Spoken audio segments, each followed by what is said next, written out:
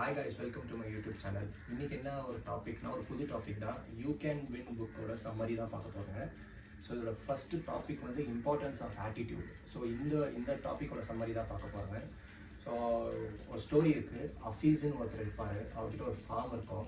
So அவர் பீஸ்ஃபுல்லாக ஒரு life lead பண்ண போவார். ஃபேமிலி ஃபார்ம்னு சொல்லிட்டு பீஸ்ஃபுல்லாக இருப்பார்.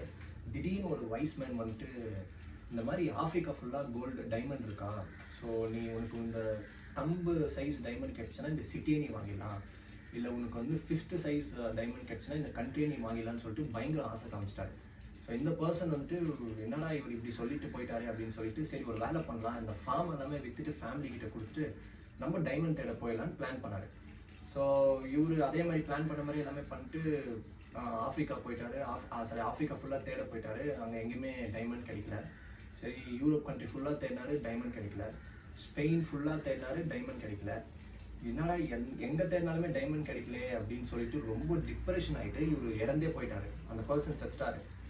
ஆனால் அந்த பர்சன் வந்து ஃபார்ம் வித்தாருல்ல, ஸோ அவர் வந்துட்டு நார்மலாக அந்த ஃபார்ம் எல்லாமே பார்த்துட்டு அவரும் பீஸ்ஃபுல்லாக தான் இருந்தார். திடீர்னு ஒரு நாள் வந்துட்டு ஒரு ஸ்டோன் மாதிரி ஒரு ஷைனிங் அடிச்சிச்சு. அந்த என்னடா இப்படி ஷைன் ஆகுதே அப்படின்னு சொல்லிட்டு அதை எடுத்துன்னு வந்து வீட்டில் வச்சோடனே அதே வைஸ்மேன் அவருக்கு சொன்னார் இல்லை இந்த மாதிரி எல்லாம் டைமண்ட் இருக்குன்னு. அதே வைஸ்மேன் வந்து பார்க்கும்போது, இது ஸ்டோன் இல்லைப்பா, இது டைமண்டு. ஸோ அப்படின்னோடனே அந்த பர்சன் நம்பவே இல்லை. இது டைமண்டா, அப்படியெல்லாம் ஒன்றும் இல்லை அப்படின்னா, இல்லை வா அப்படின்னு சொல்லிட்டு அந்த ஃபார்ம் ஃபுல்லாக தேடி பார்த்தா டைமண்ட் தான் இருக்குது. ஸோ இந்த story moral of the story என்ன அப்படின்னா, ஆப்பர்ச்சுனிட்டிஸ் வந்து எப்போவுமே நம்ம இருக்கிற இடத்துல தான் இருக்கும். ஸோ ஃபஸ்ட்டு நம்ம அங்கே தான் தேடணும். ஸோ ஃபார் எக்ஸாம்பிள், இப்போ ஒரு 4 பேர் இருக்காங்க அப்படின்னா 4 பேரும் நம்மளுக்கு ஒரு ஆப்பர்ச்சுனிட்டி தான். ஸோ 4 பேர் வந்து அவங்களுக்கு ஒரு டிஃப்ரெண்ட் எக்ஸ்பீரியன்ஸ் இருக்கும். ஸோ அவங்களுக்கு ஒரு நெட்வொர்க் இருக்கும். ஸோ அந்த 4 பேரோட நம்ம எப்படி பாசிட்டிவாக நடந்துக்கிறாங்க, நம்ம எப்படி பாசிட்டிவாக அவங்க அந்த பிஹேவியர் எப்படி பாசிட்டிவாக இருக்குது அப்படின்னு சொல்கிறது எல்லாமே கன்சிடர் ஆகும். ஸோ அதுலேருந்து நமக்கு ஒரு ஆப்பர்ச்சுனிட்டி வரும்ல.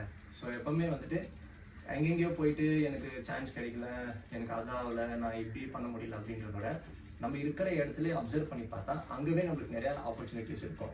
ஸோ அதை எப்படி சீஸ் பண்ணலாம், அதில் எப்படி ஒர்க் பண்ணலாம் அப்படின்றது தான். அந்த ஆட்டிடியூட் நம்ம மெயின்டைன் பண்ணால் டெஃபினெட்லி சக்ஸஸ்ஃபுல் ஆகலாம்.